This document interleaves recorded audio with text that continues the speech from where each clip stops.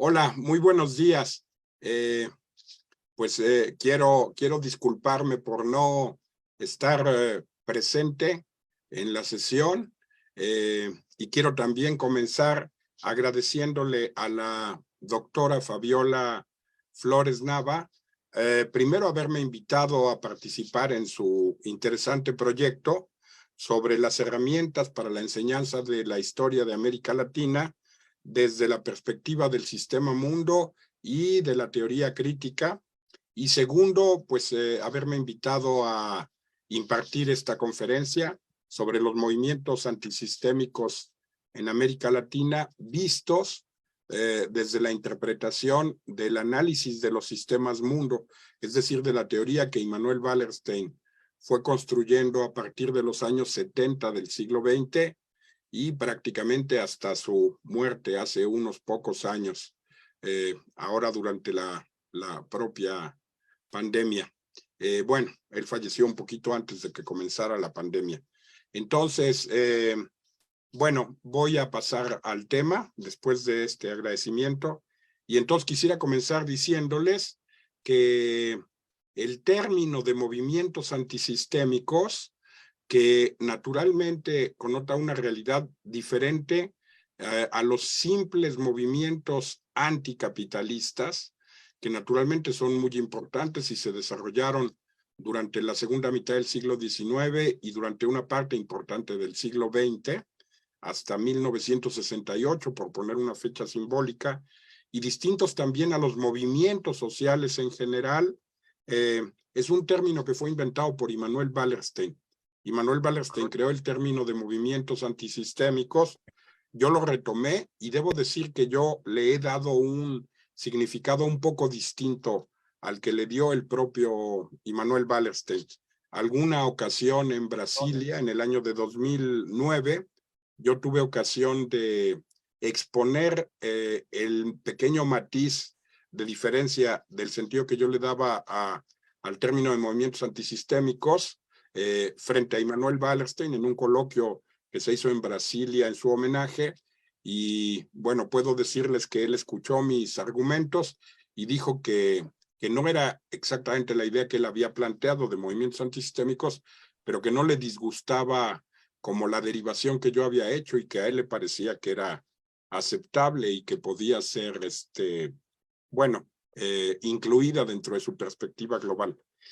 Bueno, aclarado este punto, entonces, yo lo que quisiera hacer es comenzar planteando algunas de las tesis centrales de la obra de Immanuel Wallerstein, algunos de los planteamientos más importantes que constituyen los aportes fundamentales de la obra de Immanuel Wallerstein, del análisis de los sistemas mundo, para plantear cómo de alguna manera nos permiten explicar, nos abren claves fundamentales para entender a estos movimientos antisistémicos de América Latina. Esto en un primer momento. Para en un segundo momento, y vinculado a uno de estos, a una de las tesis fuertes, digamos, del propio Immanuel Wallerstein, una de sus tesis originales sobre la caracterización de la etapa que hoy vive el capitalismo mundial, tratar de detallar cuáles son algunos de los rasgos fundamentales que definen a estos movimientos antisistémicos de América Latina actuales. Entonces, para comenzar, les diré, Immanuel Wallerstein insistió toda su vida en que un elemento metodológico fundamental era el definir correctamente cuál era la unidad de análisis que nosotros utilizamos para nuestras investigaciones. Y él decía que a veces de manera implícita y a veces de manera incluso explícita, se decía, todos los científicos sociales, la inmensa mayoría, la abrumadora mayoría de los científicos sociales, creen que el horizonte de sus análisis fundamental es el estado mismo en el que ellos viven o el estado dentro del cual se desarrolla el fenómeno que ellos quieren explicar. Otros dicen que no es el estado, sino la nación.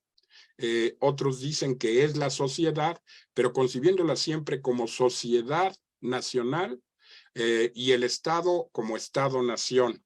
Entonces, contra esta tesis ampliamente difundida y que, como dice Wallerstein, muchas veces se asume implícitamente, él ha reivindicado que en realidad la unidad de análisis correcta en los últimos 500 años, es decir, durante la vida histórica del capitalismo, es más bien la que plantearía que estamos hablando de un sistema mundo que en el siglo XVI abarcaba a Europa y a lo que hoy es América Latina, y que fue progresivamente creciendo en los siglos XVII, XVIII y XIX, para ir abarcando también, digamos, a la India, para abarcar a la Unión Soviética, para abarcar a China, para abarcar al África entera, y hacia finales del siglo XIX alcanzó las dimensiones del planeta entero. El sistema mundo capitalista comenzó primero solamente en el espacio de Europa se extendió en primer lugar hacia América Latina y después siguió incorporando territorios, siguió conquistando espacios dentro del planeta hasta constituirse en, digamos, un sistema que abarca el planeta entero. Y esta es la unidad de análisis correcta según Wallerstein. Y yo les diría, ¿por qué es importante esta tesis para que entendamos los movimientos antisistémicos de América Latina? Porque deberíamos de preguntarnos una cosa fundamental. ¿Por qué ciertos procesos se dan de manera sincrónica, trascendiendo claramente las barreras o los horizontes justamente de las sociedades, de las naciones o de los estados? ¿Por qué, por ejemplo, alrededor de los años 40 y 50, en casi toda América Latina hay regímenes populistas? Y entonces se da más o menos por las mismas épocas Lázaro Cárdenas en México, Perón en Argentina o Getúlio Vargas en Brasil, pero hasta militares populistas en Perú. Bueno, y podría seguir la lista. ¿Por qué, en cambio, en la América Latina de los años 60 y 70 se da toda una ola de dictaduras militares? Y la respuesta de Immanuel Wallerstein sería porque por debajo o por encima de las dinámicas nacionales, que naturalmente existen y son importantes de analizar y de considerar, existe también una dinámica global que a veces abarca regiones enteras, por ejemplo, un continente, y a veces abarca al planeta en su conjunto.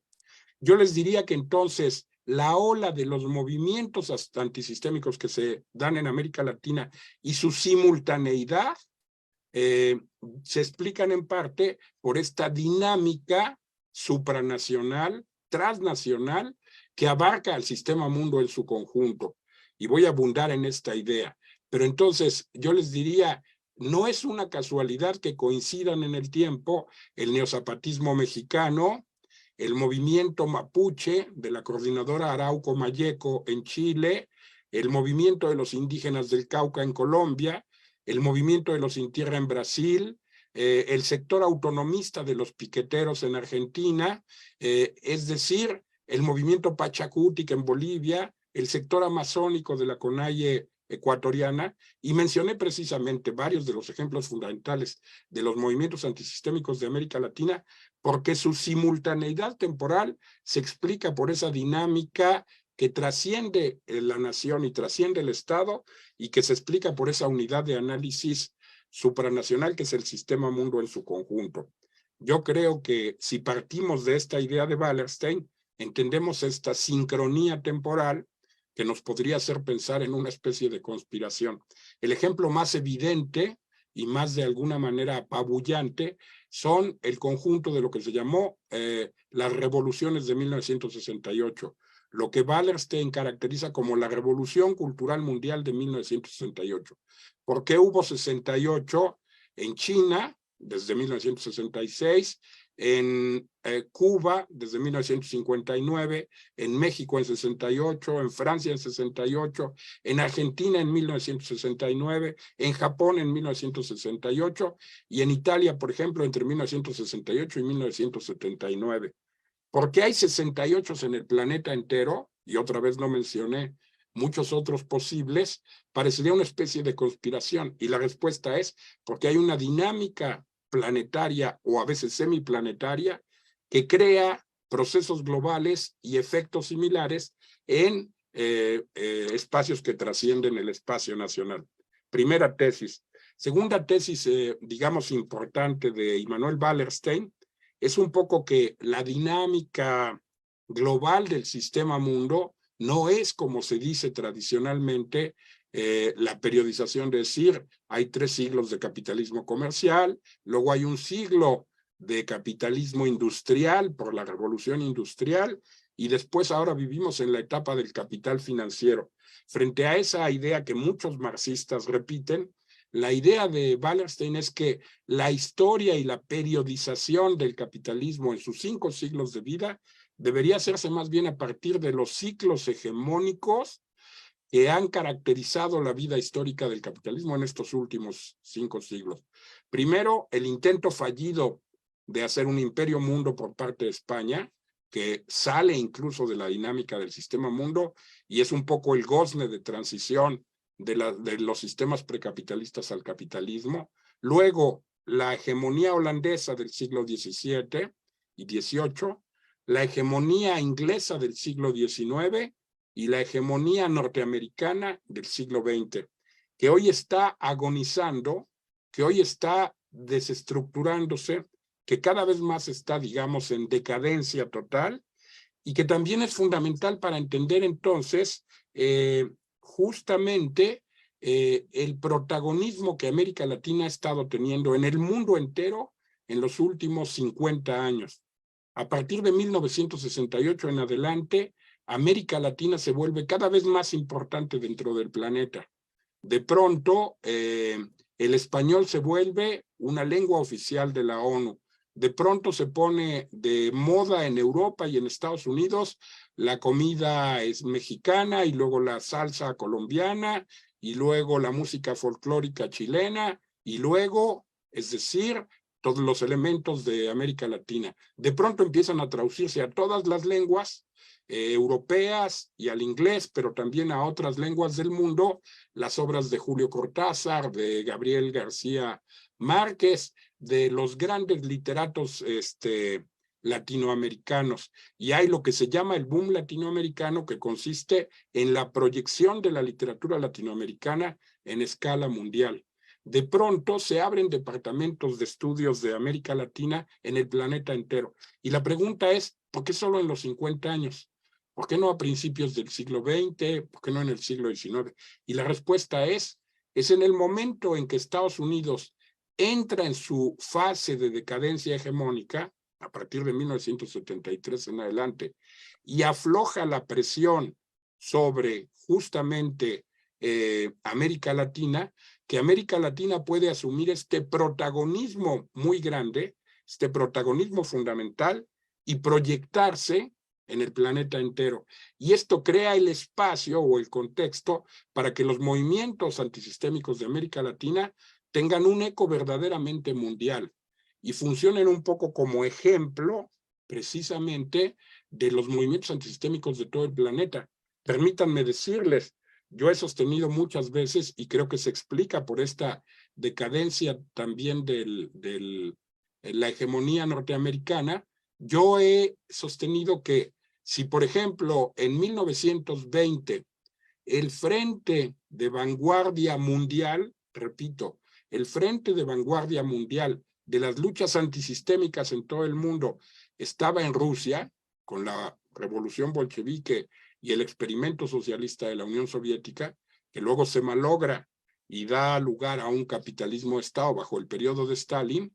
Si 50 años después, en 1960, el frente de vanguardia mundial de las luchas antisistémicas estaba en China, con la revolución cultural china y el experimento maoísta extraordinario, hoy el frente de vanguardia mundial de las luchas antisistémicas en todo el planeta está en América Latina. Tenemos en América Latina los movimientos más avanzados del mundo. El neozapatismo mexicano es muy probablemente el movimiento antisistémico más complejo, más desarrollado y más avanzado de todo el mundo.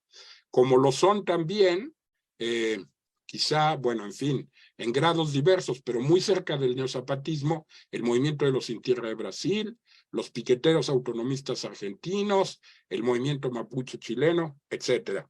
Esta es la segunda tesis importante que podemos rescatar de Wallerstein, y que tiene esta derivación hacia los movimientos antisistémicos. Una tercera tesis importante es que el sistema mundo, en contra de la idea de muchos marxistas que habían interpretado, pero también de pensadores capitalistas, de ideólogos capitalistas, que habían interpretado que el capitalismo tendía a homogeneizar el nivel de desarrollo de todos los pueblos y que entonces todos seguían una escalerita de desarrollo y entonces los países más campesinos se industrializarían, los países menos urbanizados se urbanizarían, los países tradicionales se modernizarían y llegaría un momento en que todos serían como los países europeos o como Estados Unidos. Esta idea de que era el capitalismo una especie de mancha de aceite que al ir cubriendo el planeta iría homogeneizando el grado de desarrollo del sistema, es justamente negada por Immanuel Wallerstein para decir un elemento estructural y que nunca desaparecerá del capitalismo es su división jerárquica entre un centro pequeño, necesariamente muy pequeño, una semiperiferia que lo rodea, que también es de pequeñas dimensiones, y una inmensa periferia que siempre tendrá condiciones de mucho mayor atraso, de menos desarrollo tecnológico, de salarios más bajos, de crisis económicas, de desempleo, de problemas económicos que nunca van a resolverse. El capitalismo no tiende a homogeneizarse, sino a acentuar sus diferencias. Y el capitalismo como sistema mundo lleva a cabo procesos explícitos de periferialización de zonas y bloquea su desarrollo tecnológico y bloquea su desarrollo económico para que esa inmensa semiperiferia siga existiendo y mantenga efectivamente, digamos, el sistema en su conjunto, porque debo decirles, y Manuel Wallerstein insiste en esto y nosotros deberíamos de insistir también en ello porque tiene consecuencias analíticas y consecuencias políticas fundamentales, la riqueza de los centros se genera siempre en la periferia y fluye hacia el centro a partir del intercambio desigual. La última modalidad del intercambio desigual es precisamente el mecanismo de la deuda externa. A través del mecanismo de la deuda externa, toda la riqueza que se está generando en América Latina va a los bancos estadounidenses y a las transnacionales estadounidenses. Y toda la riqueza que se genera en África va hacia los bancos y hacia las economías europeas, etcétera. Es decir, la riqueza generada en la periferia alimenta precisamente los lujos y los altos niveles de vida del centro.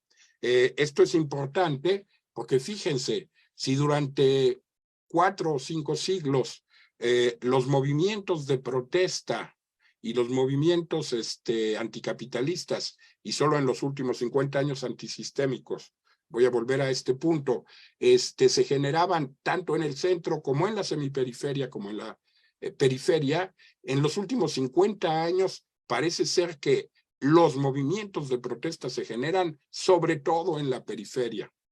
Bueno, y esto quizá desde antes de 50 años. La Revolución Rusa se dio en lo que entonces era una periferia del sistema. La Revolución China se dio en lo que era una periferia del sistema. La Revolución Vietnamita, la Revolución Cubana y hoy todos estos movimientos antisistémicos se dan más bien en la periferia que en el centro o en el corazón del sistema capitalista. Bueno, esta es otra tesis de Wallerstein que podría explotarse, que podría explorarse y que podría ser efectivamente muy productiva. Y una cuarta tesis, digamos, de Wallerstein, y sobre esta me va a permitir pasar a la segunda parte, digamos, de mi análisis del día de hoy, es la tesis que caracteriza precisamente al capitalismo actual. En contra de la mayoría de los ideólogos, y aquí yo debo hacerles una recomendación a todos ustedes, los estudiantes que me escuchan y los profesores críticos que también están asistiendo a esta conferencia o que la verán más adelante, en contra de esa idea difundida de que hoy vivimos la etapa de la globalización económica, este concepto que inventaron los medios de comunicación y que los científicos sociales han aceptado de una manera muy acrítica, muy facilona, pero efectivamente totalmente errónea. Wallerstein va a decir, no vivimos ninguna etapa de la globalización. Si la globalización tiene algún contenido real, se refiere a procesos que comenzaron hace 500 años y que caracterizan toda la vida histórica del capitalismo. Pero tampoco vivimos la etapa entonces del imperio, tampoco vivimos lo que se llama un neocapitalismo, no vivimos la etapa de un capitalismo posmoderno.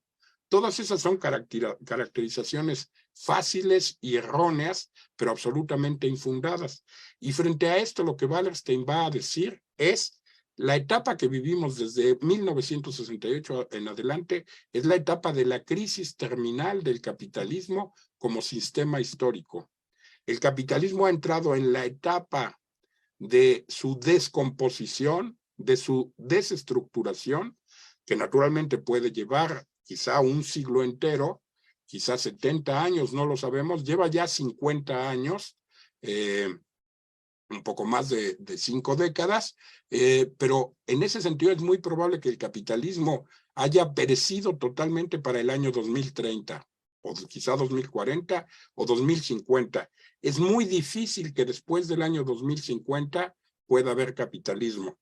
Y yo lamento no poder decir que viviremos para verlo, porque los estudiantes que me escuchan sí lo harán, vivirán para verlo, y entonces en el año 2050 o 40 o 30 se acordarán de mí, pero yo sí creo que efectivamente estamos viviendo la última etapa de la existencia del capitalismo como sistema histórico.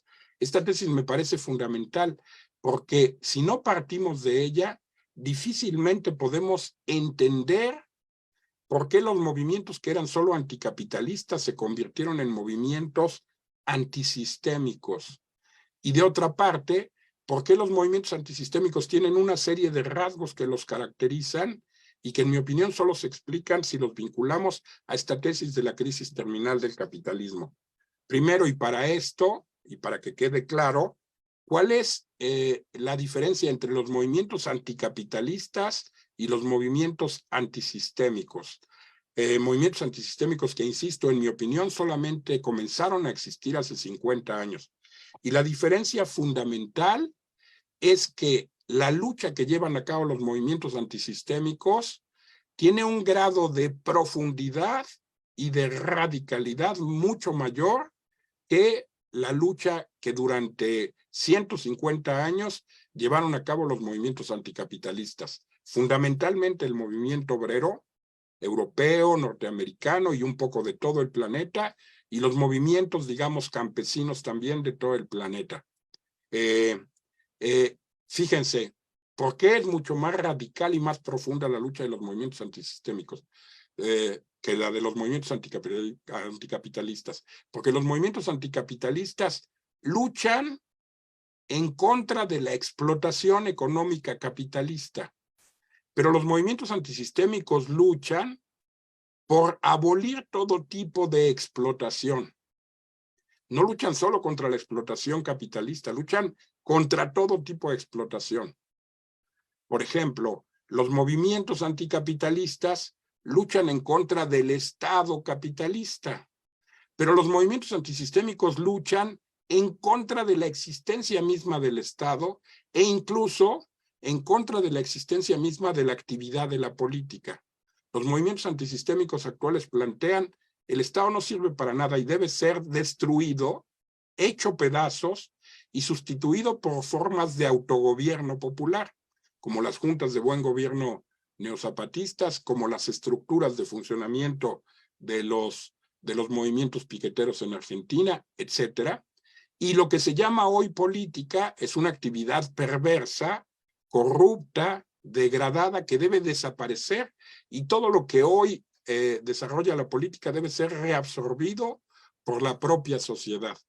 Entonces, mientras los movimientos anticapitalistas luchan contra el Estado capitalista, los movimientos antisistémicos luchan por la abolición de todo tipo de Estado y por la desaparición de la política misma.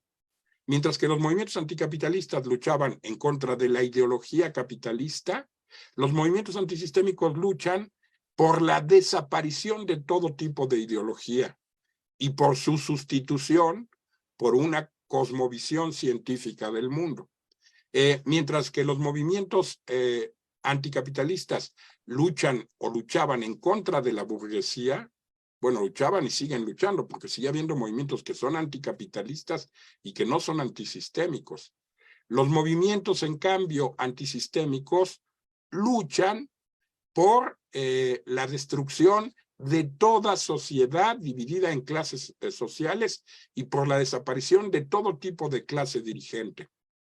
Pero fíjense, además de esta diferencia que ya es bastante sustantiva, los movimientos antisistémicos, además de luchar en contra del Estado y de la política en general, en contra de la existencia de clases sociales, en contra de toda forma de explotación y en contra de la existencia de la propia ideología, los movimientos antisistémicos también luchan en contra de las formas patriarcales de la familia monógama actualmente imperante, en contra del machismo, en contra del sexismo, en contra de todos estos elementos que son heredados de las propias sociedades de clase. No existían antes de que hubiera clases sociales y no existirán cuando ya no haya clases sociales. Pero también los movimientos antisistémicos actuales luchan en contra del racismo, esa lacra que la humanidad ha arrastrado durante siglos y milenios, es también, digamos, un elemento fundamental de las luchas de los movimientos antisistémicos actuales. Por eso, entre los movimientos antisistémicos actuales, un protagonista fundamental son los indígenas, que luchan en contra de la discriminación racial de los propios pueblos indígenas. Pero también los movimientos antisistémicos actuales, entre los cuales están los ecologistas, luchan por la redefinición radical de la relación entre el hombre y la naturaleza. Es decir, por dejar de concebir a la naturaleza como simplemente locus standi, como el lugar donde está el ser humano, o como un instrumento al servicio del hombre, para revalorarlo como la fuente de la vida. Esto que los indígenas plantean, la tierra es nuestra madre, y hablan de madre tierra y de madre naturaleza, y plantean entonces la idea de que la tierra tiene que ser, y la naturaleza en su conjunto, revalorada para instaurar una relación dialógica, un nuevo metabolismo social entre hombre y naturaleza. Es decir, los movimientos antisistémicos, además de la radicalidad que señalé antes, plantean toda una serie de demandas, una serie, digamos, de elementos, una serie de nuevas luchas que incluyen a nuevos actores, etcétera, y cuyos rasgos voy a explicar ahora. Pero entonces déjenme decirles por qué los movimientos antisistémicos surgieron hace 50 años. Y la respuesta está justamente en el hecho de que vivimos hoy la crisis terminal del capitalismo como sistema histórico. Esto lo dijo Wallerstein, pero antes de Wallerstein lo había dicho Marx. Si ustedes leen con cuidado el final del texto de La miseria de la filosofía, ahí Marx dice, cuando se acabe el capitalismo, con el capitalismo no solo se va a acabar un modo de producción, o sea, el modo de producción capitalista y la sociedad burguesa que se levanta sobre ese modo de producción, se va a acabar toda la larga familia histórica de sociedades divididas en clases sociales. Entonces, para Marx, la muerte del capitalismo, el derrocamiento y la destrucción por parte del proletariado del capitalismo, era también la muerte de todas las sociedades divididas en clases sociales y sus herencias, es decir, el patriarcado, es decir, la propiedad privada, es decir, el Estado, es decir, el racismo, es decir, una relación perversa e instrumental en el peor sentido respecto de la naturaleza, etcétera. Y Marx decía también, pero incluso cuando termine el capitalismo, y gracias al inmenso desarrollo de las fuerzas productivas que el capitalismo ha creado y que durante todo el siglo XX se han seguido, digamos, desenvolviendo, se va a terminar la prehistoria de la humanidad. Todos nosotros hoy no somos estrictamente seres humanos, somos preseres humanos, somos prehombres y premujeres, porque en realidad vivimos en la prehistoria de la humanidad. Como dice Marx, en una historia más sufrida que protagonizada, en una historia y en relaciones sociales que en realidad la tesis, digamos, del prólogo de 1859, los hombres contraen determinadas relaciones, y dice Marx, necesarias e independientes de su propia voluntad. Relaciones de producción que constituyen la estructura económica, O sea, las relaciones en las que los hombres viven son necesarias, es decir, impuestas a ellos, e independientes de su voluntad, o sea, no libremente asumidas. Y por eso vivimos la prehistoria de la humanidad. Esa es la función de los movimientos antisistémicos, el precisamente ayudarnos a pasar del capitalismo, de las sociedades divididas en clases sociales y de la prehistoria de la humanidad, a una sociedad donde el capitalismo no existe, donde la sociedad ya no está desgarrada en clases sociales, sino que es otra vez una comunidad armónica de hombres libres, de individuos libres, como dice precisamente Marx, y finalmente, donde se termina el reino de la necesidad o prehistoria humana y pasamos al verdadero reino de la libertad. ¿Cuáles son entonces los rasgos fundamentales que definen a los nuevos movimientos antisistémicos y que yo creo que no se explicarían si no es porque comprendemos que estamos en esta etapa de la crisis terminal del capitalismo? El primero es su nueva radicalidad global, es decir, los en contra, digamos, de Rayito de Esperanza o de los actuales seguidores de Morena o de los aplaudidores de los gobiernos progresistas, los movimientos antisistémicos de América Latina plantean que ellos no están luchando para cambiar a un individuo, para cambiar a Carlos Mesa por Evo Morales, o para cambiar a Fernando Collor de Melo por o Fernando Enrique Cardoso, perdón, o Collor de Melo, quien sea, por Lula, o cambiar a no sé quién, ya ni me acuerdo qué presidente era, por Néstor Kirchner, o etcétera, o cambiar a Enrique Peña Nieto por Andrés Manuel López Obrador. Incluso los movimientos antisistémicos dicen, no estamos luchando porque cambie un partido por otro, porque cambie el partido en el poder en Bolivia por el partido del MAS, entonces en Bolivia, o porque cambie el partido de Fernando Enrique Cardoso por el partido de los trabajadores de Lula. Ellos dicen, estamos luchando por cambiar el sistema social en su conjunto. Como dicen los zapatistas, el objetivo de nuestra lucha es cambiar el mundo, es eliminar el Estado, anular la política, crear el autogobierno popular, desarrollar la autogestión productiva de los medios de producción, no estatizar los medios de producción, no nacionalizar los medios de producción, sino devolvérselos a los productores y que ellos los desarrollen de manera autogestiva y libre. Es decir, crear un mundo en el que quepan muchos mundos.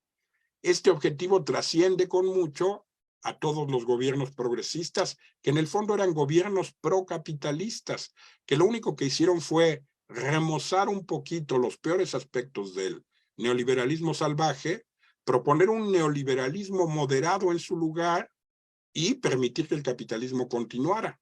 Y por eso, después de Evo Morales, puede venir Yanín Áñez y después el actual presidente Luis no sé qué, y Macías, creo. Y por eso, efectivamente, después del golpe que le dan a Dilma Rousseff, un golpe absolutamente injusto y verdaderamente atrabiliario de la troglodita derecha brasileña, puede llegar por elecciones Jair Bolsonaro y luego regresar otra vez Lula. Se trata, digamos, de versiones más radicales o más moderadas del mismo neoliberalismo y del mismo capitalismo. El capitalismo no se terminó en Bolivia con Evo Morales, ni en Ecuador con Correa, ni en Argentina con los Kirchner, ni en Venezuela con Hugo Chávez y con Maduro. Este es su primer rasgo, su radicalidad global.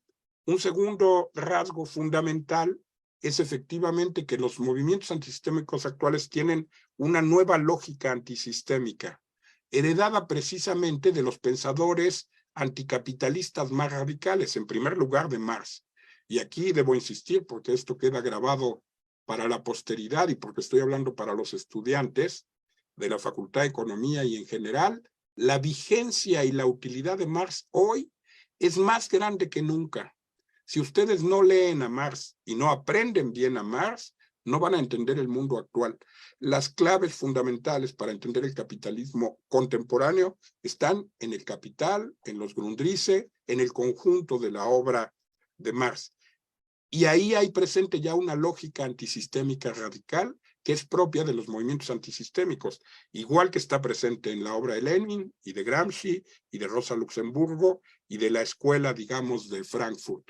Es la misma lógica que los compañeros neozapatistas defienden cuando dicen lo que tenemos que hacer es aprender a mirar hacia y desde abajo y hacia y desde la izquierda. Entonces, dejar de mirar en los políticos y estar preocupados si la nueva presidenta va a ser Claudia Sheinbaum o va a ser Marcelo Ebrard, y ver qué pasa con las clases populares y pensar cómo se pueden desarrollar formas de autoorganización popular y cómo desde abajo podemos votar a todos estos gobiernos burgueses, sean de Morena, sean del PRI, sean del PAN, sean de Movimiento Ciudadano, del PRD o de lo que sea, de los partidos enanos, y crear en lugar de eso estructuras de autogobierno popular. Ese es un segundo rasgo, junto a una nueva radicalidad, una nueva lógica antisistémica heredada de los grandes autores y pensadores que alimentan nuestras reflexiones, Marx, Lenin, Gramsci, etc. En tercer lugar, se da junto a esto, y por todos los elementos que ya expliqué, una ampliación de los sujetos revolucionarios. No, eso no quiere decir que la clase obrera ya no sea fundamental.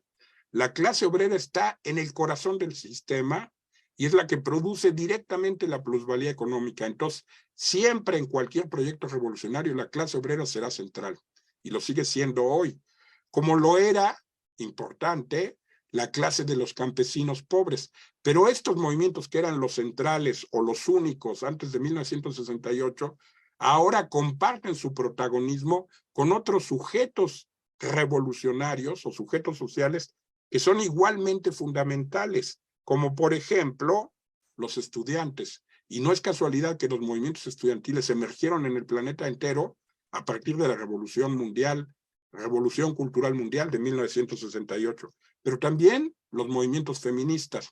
Naturalmente hablo de los movimientos feministas realmente anticapitalistas y antisistémicos, no de los movimientos que luchan por el empoderamiento o por las cuotas, que son caricaturas de la lucha feminista, sino por el feminismo radical antisistémico de las compañeras neozapatistas, que dicen, el enemigo de la mujer no es el hombre, el enemigo de la mujer y del hombre juntos es precisamente el capitalismo.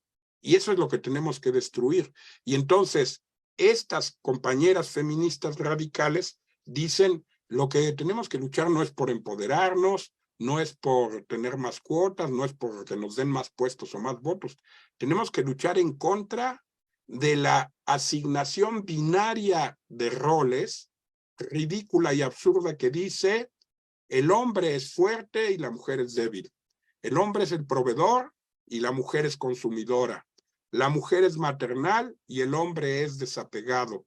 El hombre es insensible y la mujer es sensible y llorona.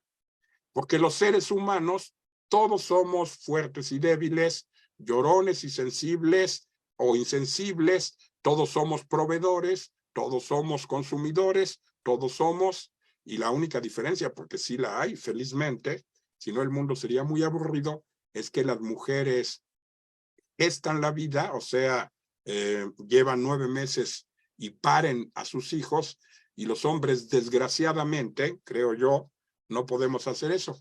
Pero fuera de eso, evidentemente, esa asignación de roles y de funciones, tal, es lo que realmente hay que luchar en un feminismo radical, anticapitalista y también antisistémico, pero también los movimientos de los ecologistas y esta reproblematización del modo de relación entre el hombre y la naturaleza, pero también el movimiento de los jubilados, pero también el movimiento de, como dice el subcomandante insurgente Galeano, los cada quien su modo, es decir, las lesbianas, los homosexuales, los transexuales, los, bueno, LGBTQI, etcétera, etcétera.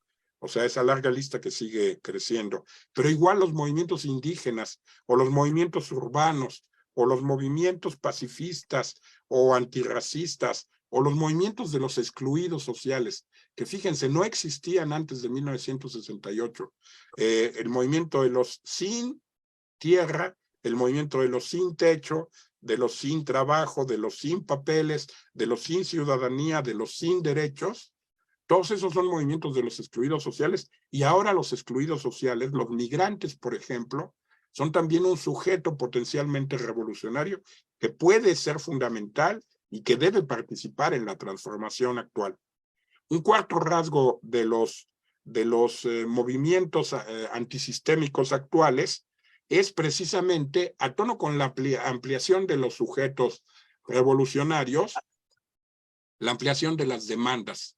Entonces, las demandas que se desarrollan hoy no son como las demandas que se daban antes de 1968, que eran o económicas, y se decía la socialización de los medios de producción, o políticas, y se decía la lucha en contra del Estado burgués y la toma o conquista del poder por parte del proletariado. Ahora, las demandas económicas y políticas siguen siendo centrales y fundamentales, pero ahora hay demandas de tipo social, de tipo cultural, incluso de tipo civilizatorio. Y voy a poner algunos ejemplos. Incluso las viejas demandas económicas o políticas se han radicalizado y han cambiado su propio contenido a la luz de estas nuevas demandas y a la luz de la emergencia de los movimientos antisistémicos. Por ejemplo, ya no se lucha hoy por reforma agraria en las luchas campesinas, ya no se lucha hoy por simplemente tener la propiedad de la tierra. Ahora se lucha por desmercantificar y desinstrumentalizar a la tierra y reivindicar su idea de la tierra justo como madre tierra, es decir, como fuente de la vida, como fuente de los colores, como fuente de las historias, como fuente de las leyendas, es decir, como la fuente de todo para los propios seres humanos. Y entonces, la consigna de los zapatistas, la tierra no se compra ni se vende, se ama y se defiende. Y con ello, esa noción que, por ejemplo, los indígenas bolivianos manejan de decir, luchamos por el suelo y luchamos también por el cielo, luchamos por el subsuelo, es decir, los recursos naturales que están abajo de la tierra, por el suelo, es decir, por la tierra concebida como madre tierra, pero también por el cielo, es decir, por la capa que cubre, y por entonces el agua, etcétera, pero además por un medio ambiente sano, sin contaminación, donde no se destruya la capa de ozono, donde el sol no provoque cáncer, donde, etcétera, etcétera. Fíjense. Entonces, ya no se lucha así. Pero, por ejemplo, otra demanda política que era muy usual en los movimientos antes de 1968, se decía, luchamos por democracia, pero nunca se especificaba demasiado qué era la democracia, y todos asumían que democracia era la democracia hoy imperante, o sea, la democracia burguesa, delegativa y representativa. En cambio, los movimientos antisistémicos actuales dicen, sí, luchamos por democracia, pero no por esa atrasada, caduca y ya decadente y disfuncional democracia burguesa. Luchamos por la sustitución de esa democracia delegativa y derivativa limitada burguesa por una democracia directa, asamblearia y autogestiva. Es decir, la democracia de las asambleas que los pueblos practican, pero que todas las rebeliones, digamos, de 2011 practicaban. La idea es un poco, la humanidad ya está suficientemente madura como para delegar sus decisiones fundamentales en ese grupo corrupto, degradado y prepotente que son los políticos de toda la haya. Y aquí hablo de toda la clase política en su conjunto, incluyendo a los que son de ultraderecha, de derecha, de centro y de supuesta izquierda, es decir, la izquierda domesticada que todavía acepta participar en elecciones y que todavía acepta jugar el supuesto juego democrático para convalidar el sistema social. Frente a eso, dicen los compañeros de los movimientos antisistémicos de América Latina, preferimos la democracia de la asamblea, donde un problema que afecta a la comunidad en su conjunto se discute entre todos y se resuelve entre todos. Entonces, vean, incluso las viejas demandas políticas y económicas anteriores han sido resignificadas y modificadas en su contenido por los nuevos movimientos antisistémicos actuales. Otro elemento o rasgo de los movimientos antisistémicos actuales es que, a diferencia de los movimientos anteriores, ellos son muy inclusivos.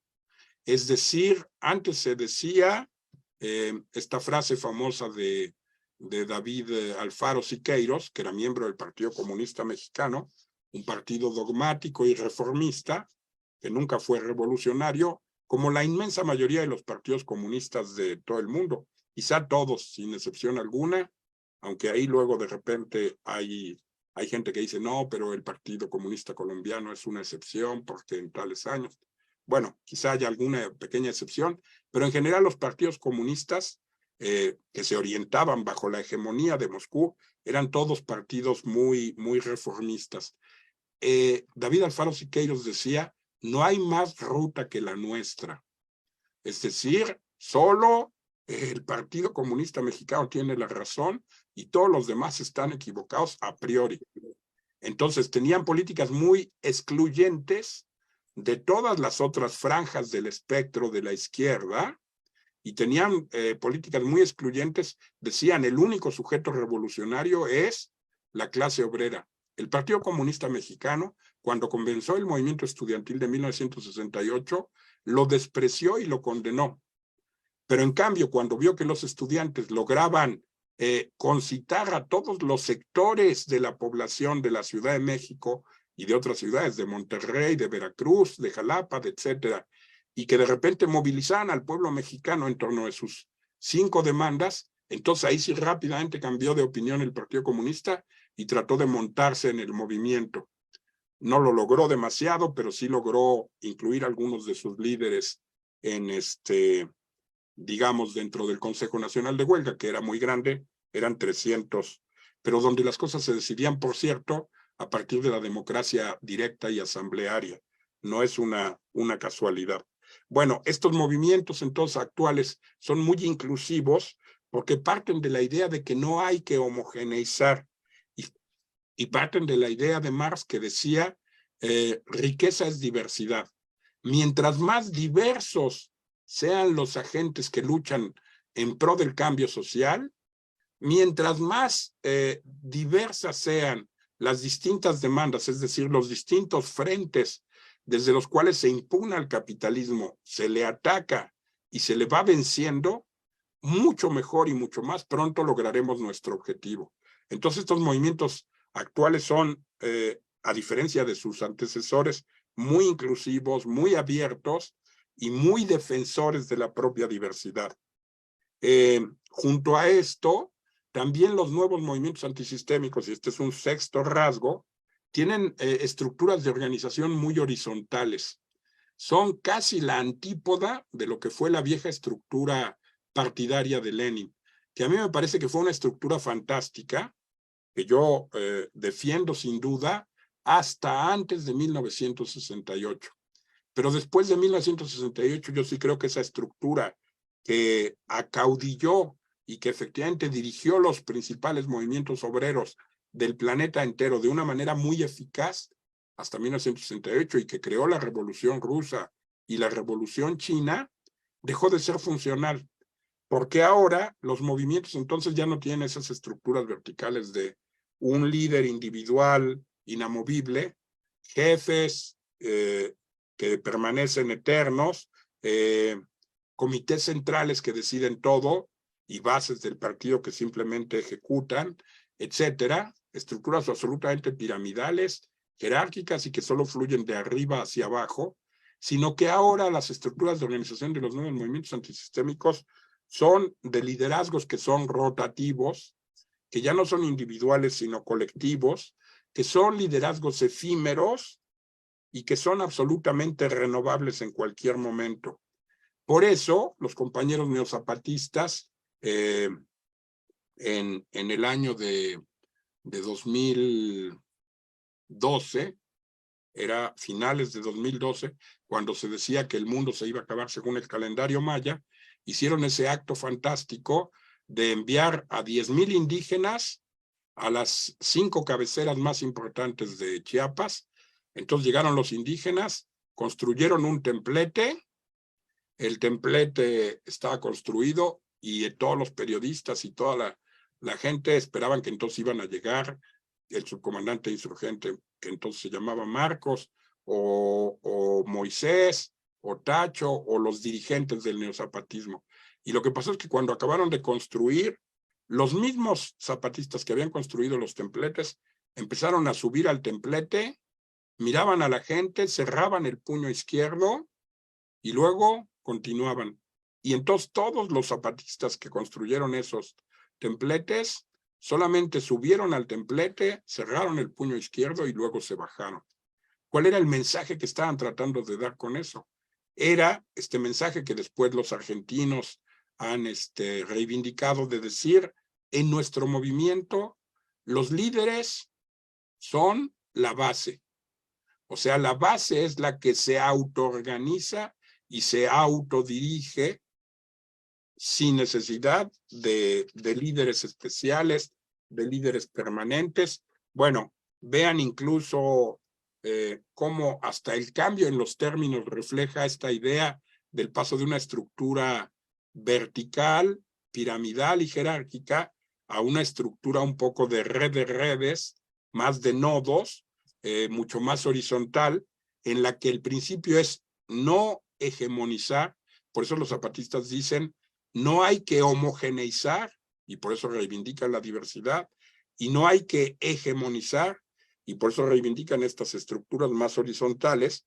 En el cambio, por ejemplo, de los títulos pomposos, hasta antes de 1968, todavía en los años 70, todavía hay movimientos hasta hoy en los que de repente en un sindicato, etcétera, dicen, él es el presidente del sindicato, y él es el vicepresidente, y este es el secretario general, y este es el no sé qué. O sea, unos títulos así pomposísimos que cuando dicen, pues este es el presidente, uno dice, seguramente ha de ser muy importante, y en realidad no lo son. Pero, y ahora en cambio, en estos nuevos movimientos antisistémicos de América Latina, se habla de coordinadores, se habla de responsables, se habla de comisionados. Vean cómo hasta en el lenguaje ha cambiado precisamente, diríamos, la forma de concebir la propia estructura organizada. Entonces, en estos movimientos antisistémicos actuales, los representantes se han vuelto verdaderos representantes de las asambleas. Tienen un mandato imperativo. Entonces, es la asamblea la que decide lo fundamental y sus representantes simplemente ejecutan las decisiones de la asamblea. Algo muy parecido a lo que sucedió con la Comuna de París, que es un modelo extraordinario de hace 150 años de lo que es efectivamente un modelo de democracia asamblearia directa y autogestiva, o una forma de autogobierno popular, como lo concibió Marx y lo teorizó tan brillante y agudamente en su texto de La Guerra Civil en Francia. Ya estoy casi por terminar, porque veo que voy a cumplir casi la hora. Un séptimo, digamos, rasgo de los movimientos antisistémicos es el hecho de que frente al lenguaje horrible, vacío y acartonado de los políticos, que los cómicos se burlan de ese lenguaje, un lenguaje rimbombante que no quiere decir nada, donde hablan y no dicen nada, o dicen tonterías y truismos, los nuevos movimientos antisistémicos crean nuevos lenguajes y nuevos discursos. Fíjense, recuperan, por ejemplo, el carácter jocoso del propio discurso, un carácter, digamos, muy parecido al de la cultura popular, un carácter festivo que viene efectivamente, digamos, de la cultura popular, tal y como la estudió Mikhail Bakhtin. Entonces los lenguajes de estos movimientos son desacralizadores, son antisolemnes, son antijerárquicos y son absolutamente dialógicos. Y también por eso son a la vez paradójicos y oximorónicos.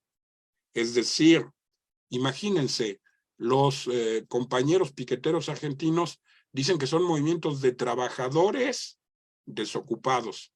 Ese es un oxímoron fantástico, porque si están desocupados no tienen trabajo y entonces ya no son trabajadores. Y si son trabajadores es porque están activos y entonces ya no están desocupados. Pero los compañeros argentinos, cuando los corrían de las fábricas, decían, pues aunque me hayan corrido y no tenga trabajo, yo sigo siendo trabajador, pero soy un trabajador desocupado. O igual que los compañeros brasileños, que dicen, somos trabajadores rurales sin tierra. Si no tienen tierra, no trabajan la tierra, entonces no son trabajadores rurales. Y si fueran trabajadores rurales, sería porque tienen una tierra donde trabajar. Pues ellos dicen, no, somos trabajadores rurales, pero que no tenemos tierra y estamos luchando por conseguirla.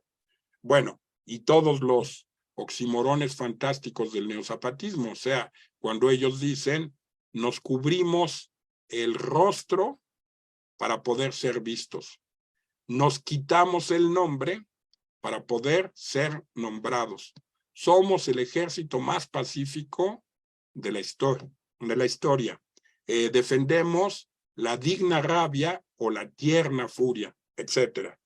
Son lenguajes muy floridos, son lenguajes muy desacralizadores y son lenguajes nuevos que son la antípoda del aburrido lenguaje de las clases políticas de Rayito Esperanza o de Claudia Sheinbaum o de Marcelo Ebrard o de todos esos políticos corruptos que solamente engañan al pueblo y que lo marean con esa transformación de cuarta que México está padeciendo el día de hoy. El octavo rasgo de los nuevos movimientos antisistémicos es que precisamente en este espacio de la crisis terminal del capitalismo han construido una nueva noción radical y profunda de lo que es la autonomía. Y fíjense cómo esto se vincula efectivamente con la idea de la crisis terminal del capitalismo de Wallerstein. La noción de autonomía que defienden los movimientos antisistémicos de América Latina no es la simple noción jurídica de decir nos vamos a regir por nuestras propias leyes. Sí se rigen por sus propias leyes, pero no es solo eso. Tampoco es la noción limitada de los políticos de decir elegimos a nuestras propias autoridades y somos independientes del Estado. Sí eligen a sus autoridades y sí son independientes del Estado, pero no se limitan a eso. Ese es un concepto muy pobre de la autonomía. Tampoco es la autonomía identitaria que los antropólogos defienden, de decir, ahora vamos a recuperar nuestro lenguaje, nuestros usos y costumbres, nuestros modos de ser, y claro, los movimientos antisistémicos reivindican su lenguaje, reivindican sus usos y costumbres, reivindican sus cosmovisiones, pero no se limita a eso. La autonomía de los compañeros de los movimientos antisistémicos de América Latina actual no es solo jurídica, ni solo política, ni solo identitaria o antropológica, aunque abarca estas tres, sino que es una noción mucho más radical, que es una noción global e integral. Y consiste en lo siguiente, cuando el subcomandante insurgente Moisés define la autonomía, dice, autonomía es ser capaces por nosotros mismos, sin que nadie de fuera venga a decirnos cómo, ser capaces de construir nuestra propia vida de acuerdo a nuestros deseos y ser capaces de crear nuestra propia sociedad de acuerdo a nuestras propias necesidades. Ese es el concepto global integral de autonomía. Construir una sociedad en absolutamente todos sus terrenos, desde el vínculo de la relación del hombre con la naturaleza, hasta la economía, la tecnología, lo social, lo político, lo cultural, lo artístico, y además que abarque todos los aspectos de la vida, también la vida privada, también el nexo con la propia naturaleza, también la forma de organización de las propias relaciones de género, etcétera. Esa es la noción de autonomía. Ahora recuerden, ¿qué cosa era la prehistoria humana según Marx? La prehistoria humana es que los hombres entran en determinadas relaciones necesarias e independientes de su propia voluntad. Si las nuevas comunidades y los nuevos movimientos antisistémicos son capaces de reivindicar su autonomía, como ya están haciendo los zapatistas o los piqueteros en Argentina, o las bases de los Sin Tierra en sus asentamientos, o los indígenas amazónicos de la Conaya ecuatoriana, etcétera, si son capaces de crear su propia sociedad según sus necesidades y de construir su propia vida según sus deseos, están ya empezando a pasar hoy aquí, en el mundo actual de 2023, están pasando de la prehistoria de la humanidad a la verdadera historia humana, que se define por el hecho de que los seres humanos por primera vez en su historia van a construir de manera libre, consciente y voluntaria sus propias sociedades y van a definir de manera absolutamente libre su propia vida. Es decir, para usar los términos de Bolívar Echeverría, van a crear la figura de su socialidad deseada, sin coerción alguna y en términos absolutamente libres y voluntarios. Este es el octavo rasgo y el último, y con esto terminaré mi conferencia para pasar al debate, es que los nuevos movimientos antisistémicos tienen una nueva postura sobre el tema del poder. Un tema que antes de 1968, cuando se hablaba de poder, de manera implícita o a veces explícita, se identificaba y se decía el poder es idéntico al Estado, o eventualmente el poder es idéntico al poder político, y se pensaba que el poder solo existía en la esfera de lo político. Y lo que Michel Foucault nos demostró es que las relaciones de poder están presentes en todo el ámbito de lo social. Y entonces la relación entre maestros y alumnos es una relación de poder. Y la relación entre el hombre y la mujer en el seno de la familia, porque es una familia patriarcal y machista, es una relación de poder. Y la relación en la fábrica, entre los capataces, o eventualmente entre los dueños, o lo que sea, y los obreros, es también una relación de poder. O sea, el poder está presente en la economía, en la sociedad, en la cultura, en el arte, en la religión. La relación entre los jerarcas de una religión y los simples creyentes, los feligreses, es una relación de poder.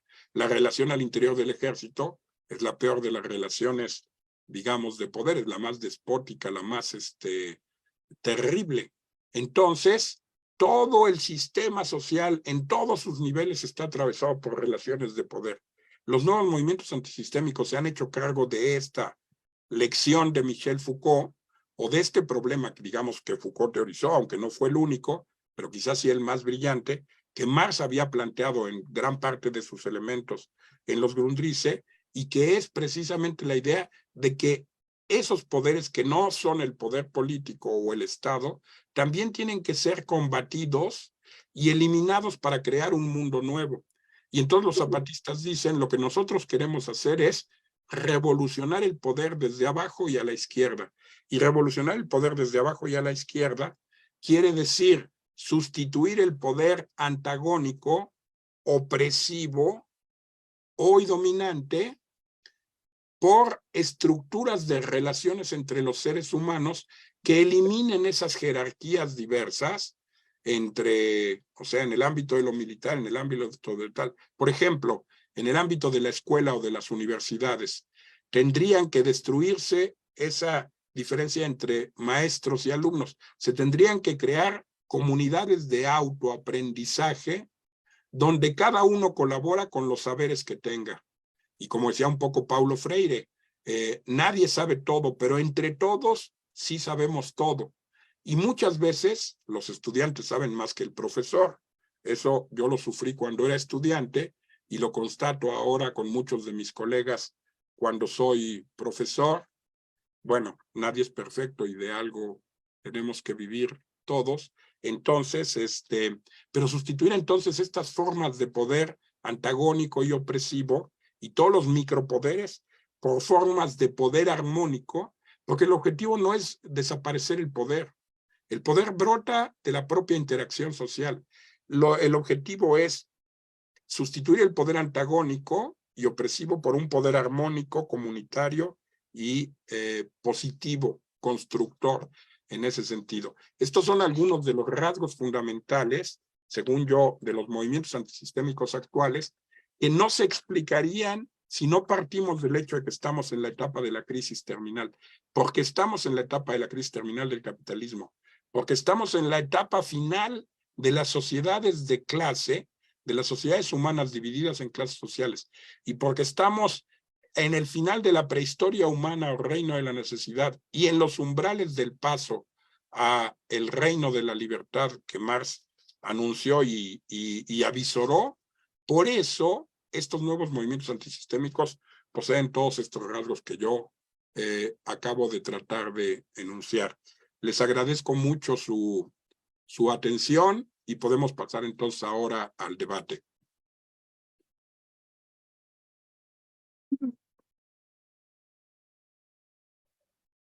Bueno, muchas gracias, Carlos. Y vamos a pasar a preguntas, a ver si alguno se anima por aquí. Y les voy a pasar la computadora para ver si quieren participar, o los que están conectados también podrían manifestar si quieren participar. Bueno, Fabiola, lo que sugiero, si tú quieres, es que se hagan pequeños bloques, quizá de 3 o 4 personas que pregunten, porque a lo mejor sus preguntas tienen conexión, o yo puedo conectar en mi respuesta las preguntas que ellos hayan hecho. Hacemos un primer bloque de 3 personas o 4, como tú quieras, y después hacemos un segundo, un tercer bloque, hasta el tiempo que tú consideres o el tiempo en que haya sido asignada la sala, o hasta que las ganas de ir a comer venzan al auditorio y al ponente. Bueno, ¿alguien de aquí quiere participar? ¿Puede?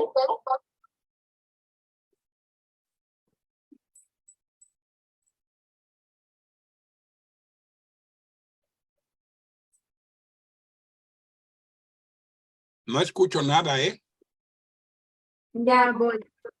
Ah. Hola, Carlos, ¿qué tal? Buenas Hola. tardes. Mi nombre es Federico, soy aquí ayudante de la profesora Fabiola. Y bueno, quería preguntarte sobre todo una cuestión que está ligada a dudas que yo he tenido a la hora de trabajar con esta perspectiva del análisis del sistema mundo. Y creo que está muy ligada a la manera en que presentaste la importancia de los movimientos antisistémicos y las diferencias que encuentras con los movimientos anticapitalistas, ¿no? La duda esencial que tengo respecto del análisis de los sistemas mundo es cómo definirías tú o cómo catalogarías tú, cómo explicarías esta línea delgada que se forma a la hora de interpretar el análisis de Wallerstein, como iniciaste al inicio de tu conferencia, diciendo que estos mismos movimientos antisistémicos son fruto de un devenir del sistema mundo en su conjunto y se explican debido a las dinámicas supranacionales y a las dinámicas del mundo en su conjunto y no desde las dinámicas propias de cada uno de los estados. ¿Cómo conjugar esa explicación global, esa explicación totalizadora, con las explicaciones particulares que pudieran surgir desde los movimientos con sus características específicas, ¿no? Quiero decir, ¿cómo de alguna manera reconciliar estas dos explicaciones y poder hacer una propuesta para cómo desde los estados periféricos o desde las condiciones de la periferia podemos hacer un frente, a pesar de la redundancia, frente a esta estructura supranacional que existe, ¿no? Esta estructura que nos rebasa, que rebasa a las naciones y que responde a cuestiones de orden mundial. O sea, cómo empatar estas dos perspectivas, ¿no? Tanto la perspectiva que lo abarca todo y la perspectiva de las particularidades de cada uno de estos movimientos, como tú lo dices, sobre todo para no confundirnos entre cuáles representan un ataque antisistémico y cuáles representan un análisis solamente anticapitalista. O incluso algunos que en ese intento por representar un análisis antisistémico terminan siendo absorbidos por una ideología que los convierte, en más allá de un ataque frontal hacia sea el capitalismo o sea el sistema en su conjunto, en una manera de apropiarse de estas luchas con tendencias a seguir reproduciendo el sistema capitalista de producción o las relaciones de dominación de las que tú platicaste. Eso sería mi parte, Carlos. Gracias. Ok, gracias.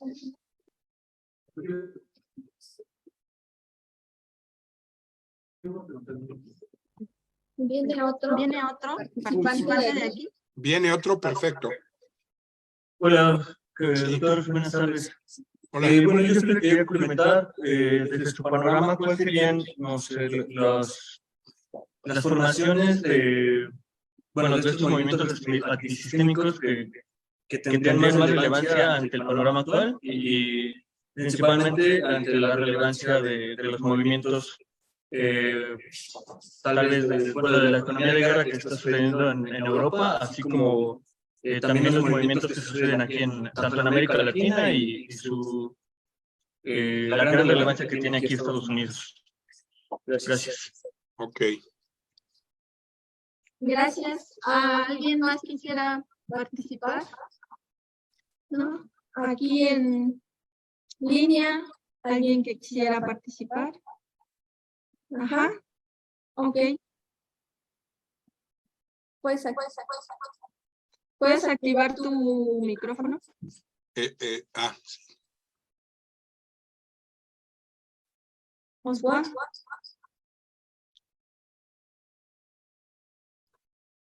Hola, Carlos. Hola. Fabiola. Hola. Pues nada, son algunas dudas ahí que me surgen sobre lo que ha estado comentando el doctor Carlos. ¿Qué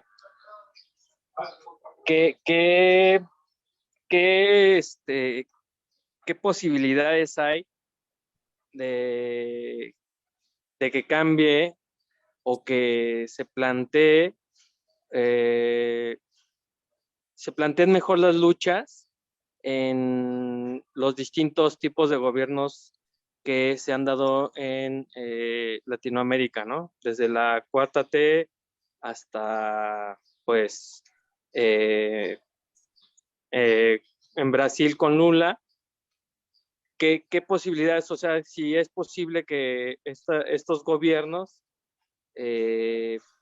exista o surja la posibilidad de que los movimientos antisistema puedan crecer con estos tipos de gobierno que, pues, digamos, son neoliberales, pero menos radicales, ¿no? Dado que, pues, siempre ha existido una represión de parte del Estado con gobiernos más neoliberales, más radicales. ¿Qué posibilidad hay que en estos tipos de gobiernos que ahora se están dando en Latinoamérica surjan movimientos o crezcan los movimientos antisistema? Ya. Y una duda ahí que me salta también es lo que ocurre en Estados Unidos, ¿no? ¿Cómo ves tú, Carlos? ¿Qué opinas de que el capitalismo ha llegado tanto a contradecirse que ahora tipos como Trump llegan a la presidencia, pero con políticas contradictorias al capitalismo? Por ejemplo, pues, los obreros en Estados Unidos pues ven con mejores ojos que las industrias que salen de Estados Unidos a buscar mano de obra más barata en otras latitudes, en otros países, pues ahora regresen a Estados Unidos con mejores salarios, con mejores condiciones laborales, contradiciendo todo este rollo neoliberal del capitalismo rapaz. Serían esas dos. Ok, gracias.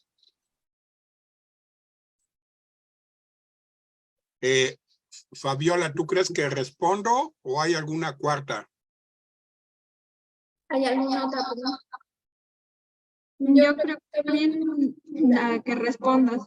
Bueno, voy respondiendo estas a ver si se animan los demás compañeros. A ver, bueno, yo creo que es interesante la pregunta del primer compañero, pero sí quiero hacer una aclaración porque me dio la impresión de que de repente confundía como si las luchas anticapitalistas tuvieran un horizonte puramente nacional y las luchas antisistémicas tuvieran en cambio un horizonte transnacional o más global. Y para nada es, yo creo, el caso. En las luchas anticapitalistas, desde el siglo XIX, Marx claramente decía en el manifiesto del Partido Comunista, dice, los obreros no tienen patria, ¿no? Y se desarrolló lo que se llamaba el internacionalismo proletario. Entonces, yo creo que desde los tiempos de Marx quedó claro que las fronteras nacionales y la estructura nacional es una creación de la burguesía y no es algo que entonces el proletariado deba nunca reivindicar. Que de una manera coyuntural el nacionalismo de un pueblo pueda funcionar como un motor para alimentar luchas antiimperialistas es un elemento que debemos de tomar en cuenta, pero en general no es algo que tendríamos que reivindicar. Y yo a lo mejor no me expliqué bien, pero yo no creo que un rasgo de las luchas anticapitalistas sería que su horizonte solo es nacional y en cambio que las luchas antisistémicas tendrían un horizonte global. La diferencia está más bien, como yo les decía antes, que los movimientos anticapitalistas luchaban sobre todo, esencialmente, centralmente, contra el Estado capitalista, la explotación capitalista, la burguesía y la ideología capitalista. Y en cambio, los movimientos antisistémicos luchan contra toda forma de explotación, contra toda clase dominante, por la abolición del Estado y de la política y por la destrucción de toda forma de ideología, además de luchar contra el patriarcado, contra el racismo, etcétera, etcétera. Entonces, es interesante la pregunta porque yo no creo que nunca hay una contradicción o una confusión entre los elementos de una dinámica transnacional que están presentes en la lucha y sus elementos nacionales. Voy a poner el caso de Chiapas, ¿no? En el caso de Chiapas, naturalmente, el hecho de que las luchas del neozapatismo sean simultáneas y sean incluso similares en muchos de sus rasgos a la lucha de los piqueteros argentinos, de los Sin Tierra, de Brasil, de la CONAIE ecuatoriana, del Pachacutic boliviano, de los mapuches, yo creo que se explica justo porque hay procesos de descomposición del capitalismo y hay procesos de decadencia de Estados Unidos que son globales y que afectan al mismo tiempo a Chile, que a México, que a Brasil, que a Argentina, que a Ecuador y que a Bolivia. ¿Ok? Entonces, eso explica que haya esa emergencia de movimientos distintos en los diferentes espacios. Pero a ver, por ejemplo, en Argentina no hay un movimiento indígena potente. ¿Por qué? Simplemente porque en Argentina no hay indígenas, no hay pueblos indígenas, o sea, no había grandes civilizaciones indígenas cuando los españoles llegaron. Esas eran territorios semivacíos, o había pequeños pueblos indígenas, pero verdaderamente muy, muy minoritarios.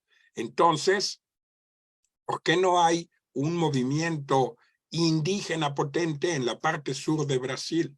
Porque la parte sur de Brasil también estaba poco desarrollada y los indígenas que hay sobre todo están en la parte del Amazonas, que ahora han empezado a desarrollar luchas muy importantes y muy interesantes, pero prácticamente no había indígenas. Entonces, que el movimiento neozapatista sea de matriz fundamentalmente indígena, o que el movimiento Pachacutic en Bolivia, o que el movimiento en Chile de los mapuches, etcétera, sean indígenas, pues tiene que ver con las historias particulares de Chile, de México, de etcétera. Entonces, yo no creo que es complicado separar los elementos que derivan de las dinámicas globales del sistema mundo como tal y las dinámicas nacionales de cada nación, que claro que están presentes y funcionan. Y hay que explicar entonces, Chiapas se puede explicar por coyunturas internacionales, por ejemplo, la caída del muro de Berlín. ¿Por qué el neozapatismo pudo tener un protagonismo tan fundamental? Porque se da solo 5 años después de la caída del muro de Berlín. Entonces, la caída del muro de Berlín había significado que de pronto mucha gente que había luchado durante todo el siglo XX por el socialismo, de pronto se le rompieron las ilusiones, no a todo el mundo, porque todos los que eran maoístas habían criticado a la Unión Soviética desde los años finales de los 50s y 60s, cuando la célebre polémica chino-soviética, y decían que en Rusia lo que había era un social imperialismo, y decían que en cambio en China, bajo Mao, sí estaba intentando construirse un verdadero socialismo. Cuando Mao muere, también China vira desafortunadamente con Deng Xiaoping hacia el capitalismo, y lo que hoy hay en China, es triste decirlo, es también un potente capitalismo-estado y no un socialismo. Pero en fin, el punto es, por la caída del muro de Berlín, el neozapatismo tiene un eco planetario, porque cuando todas las izquierdas de Europa y del mundo estaban diciendo no hay salida, cuando se dio la tesis del fin de la historia, cuando se decía el capitalismo venció al socialismo y tal, llegan los zapatistas y reinstauran, no a nivel de México, no a nivel de América Latina, sino del mundo entero, la esperanza, y demuestran que las luchas son todavía vigentes, que la posibilidad del cambio social puede darse y que efectivamente es necesario enfrentar al capitalismo para crear una sociedad justa, distinta, etcétera. Por eso el neozapatismo tuvo un eco mundial. Pero de otra parte, claro que el neozapatismo tiene que ver con los procesos de descomposición del PRI y la historia del PRI, que después de 68 fue efectivamente degradándose cada vez más, y con la crisis de 1988, que fue una insurgencia cívica extraordinaria, que luego fue de alguna manera mediatizada por el propio PRD, y el PRD se aprovechó de todas esas luchas para desviarlas y volverlas un vulgar movimiento electorero, o sea, un partido de la Revolución Democrática y etcétera. Pero digamos, yo no creo que hay ni contradicción ni confusión entre los elementos globales y los elementos particulares. Y les diría otra cosa, yo para no ahondar demasiado, porque tenía un tiempo restringido en la conferencia, no mencioné más que muy de paso las rebeliones de 2011, pero yo creo que muchos de los rasgos que están presentes en los nuevos movimientos antisistémicos de América Latina, varios de ellos se reprodujeron en las rebeliones de 2011 de la mal llamada Primavera Árabe, de los indignados españoles, de la rebelión en Grecia y del Ocupa Wall Street.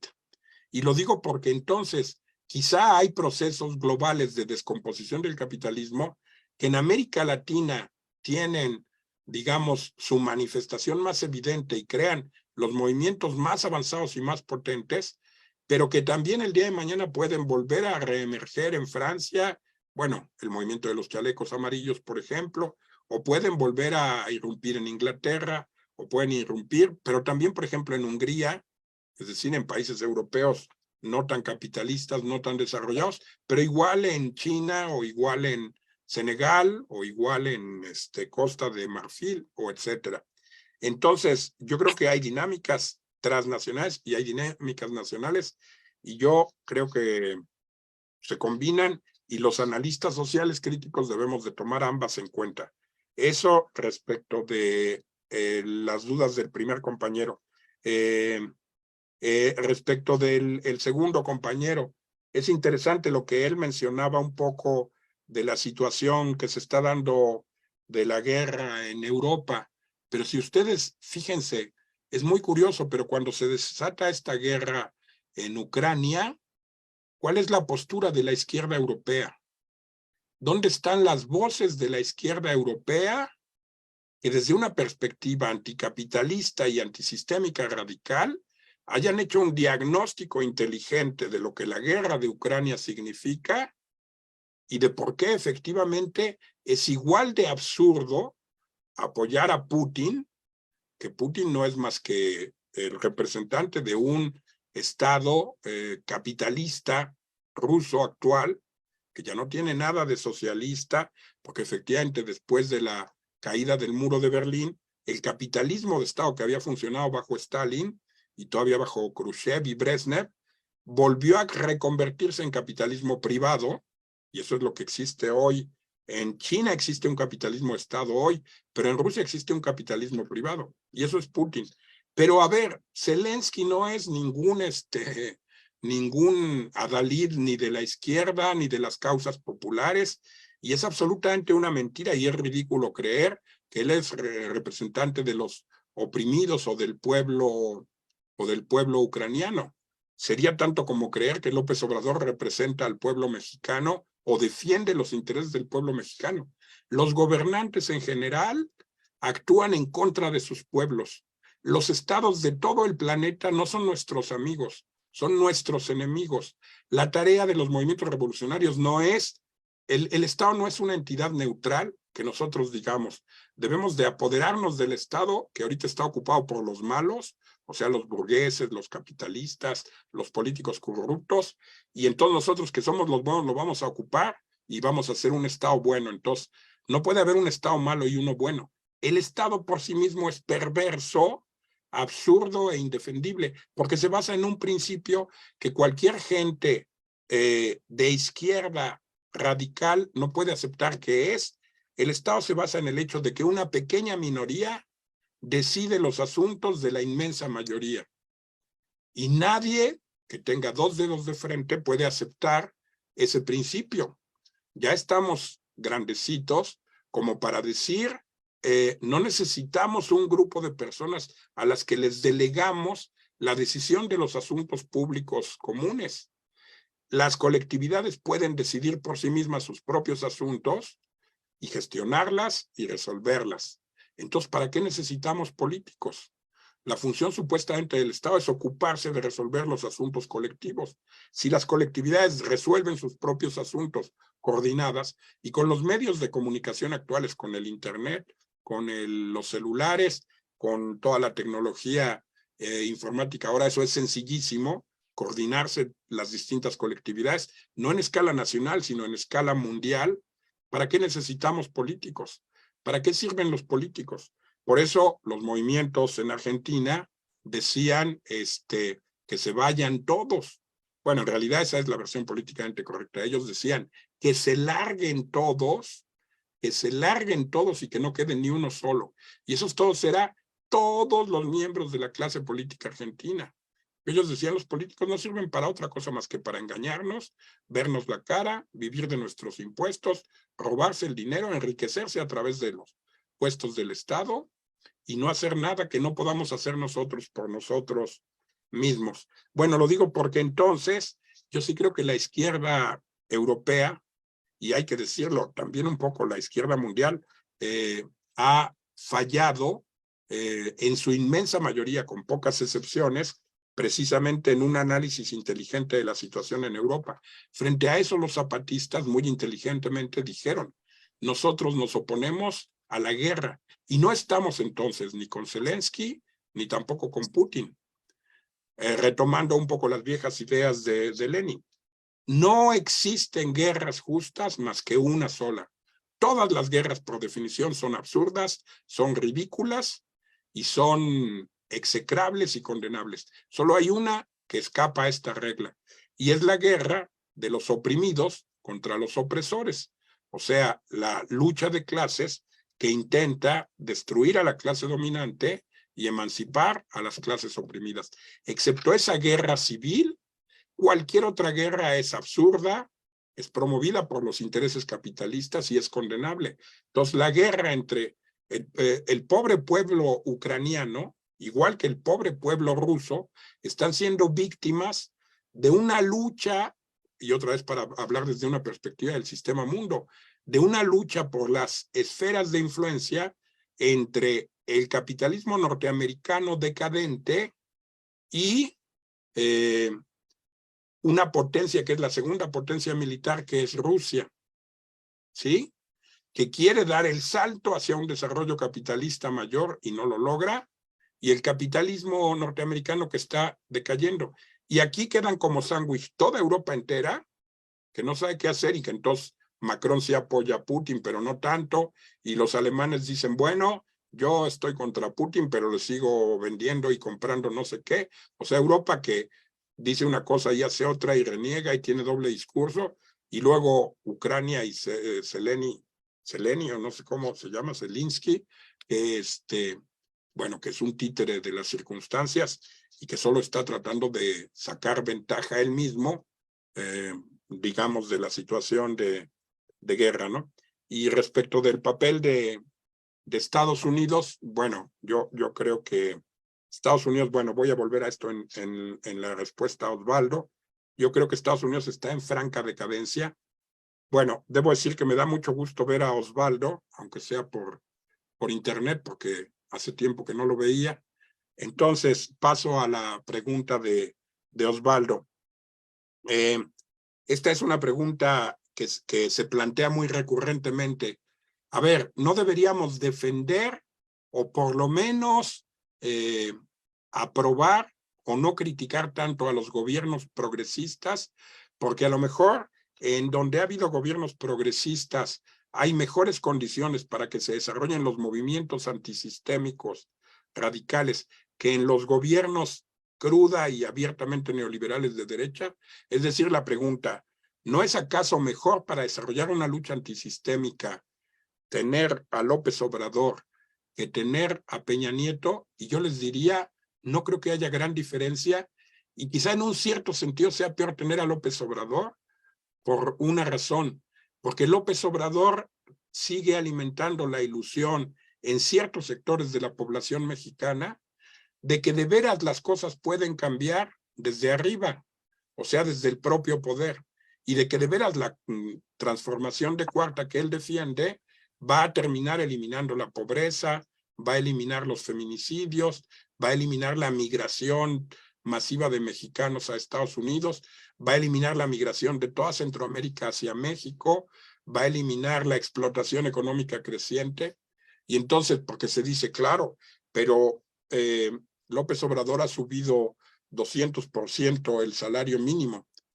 Y sin embargo, el salario de México sigue siendo el más bajo de toda América Latina y compite con el salario chino entre ser de los salarios más bajos del planeta, aunque haya subido 200%. Eso solo demuestra el grado verdaderamente inhumano en el que estaban los salarios mexicanos.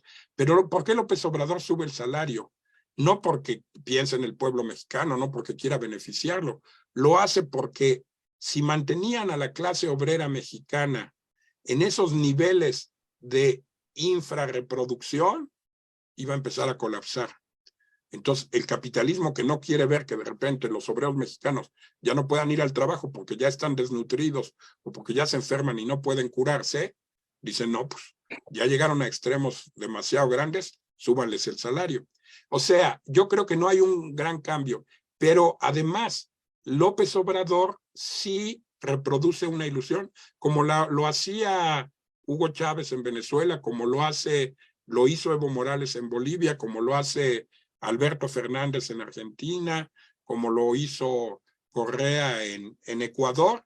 Ellos hacen la ilusión de que pueden efectivamente cambiar las cosas por la vía electoral, por la vía pacífica, por la vía de cambiar de partido o cambiar de individuos. Y eso no es posible, eso es lo que ha demostrado. Ya, bueno, los gobiernos progresistas empezaron hace ya 30 años.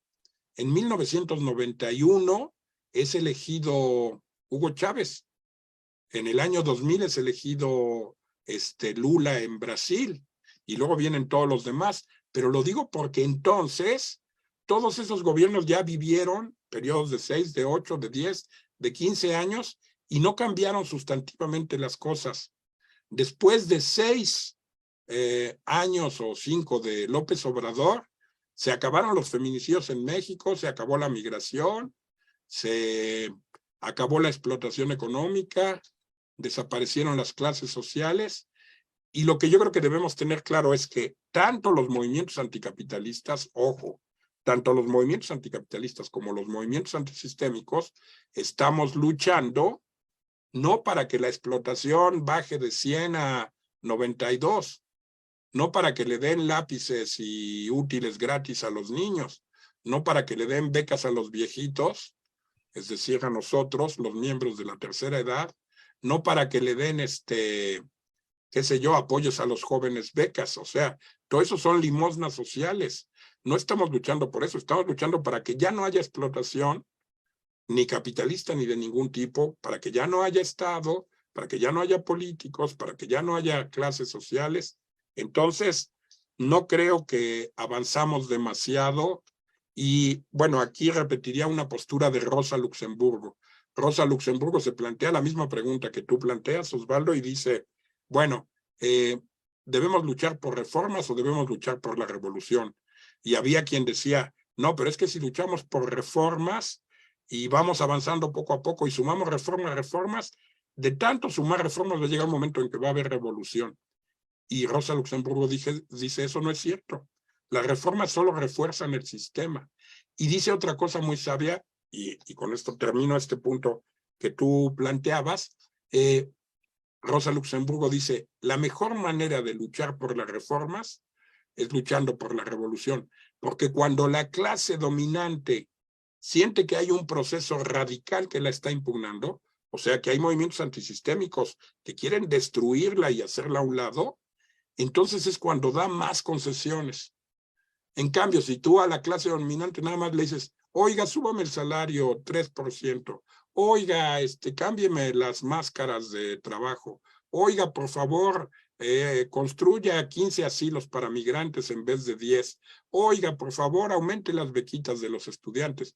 En ese caso, claro que los capitalistas se sienten prepotentes y dicen, no, pues no, bueno, ya para que no estés molestando, te voy a subir de 10 a 11 y ya.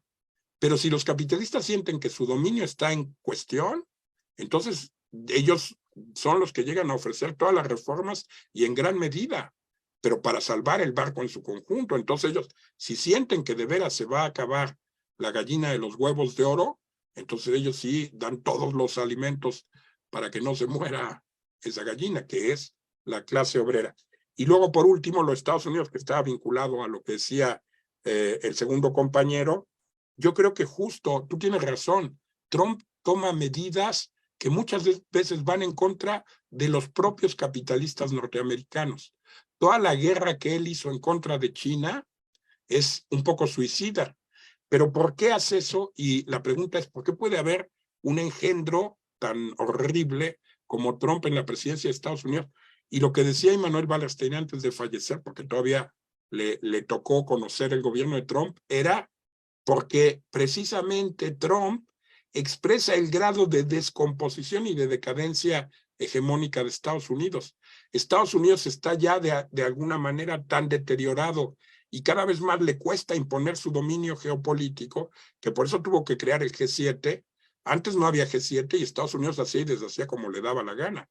Tuvo que hacer el G7 para consensar con Canadá y con Japón y con no sé qué, y con Alemania las decisiones, y para que lo ayudaran a financiar la guerra de Irak y para tal.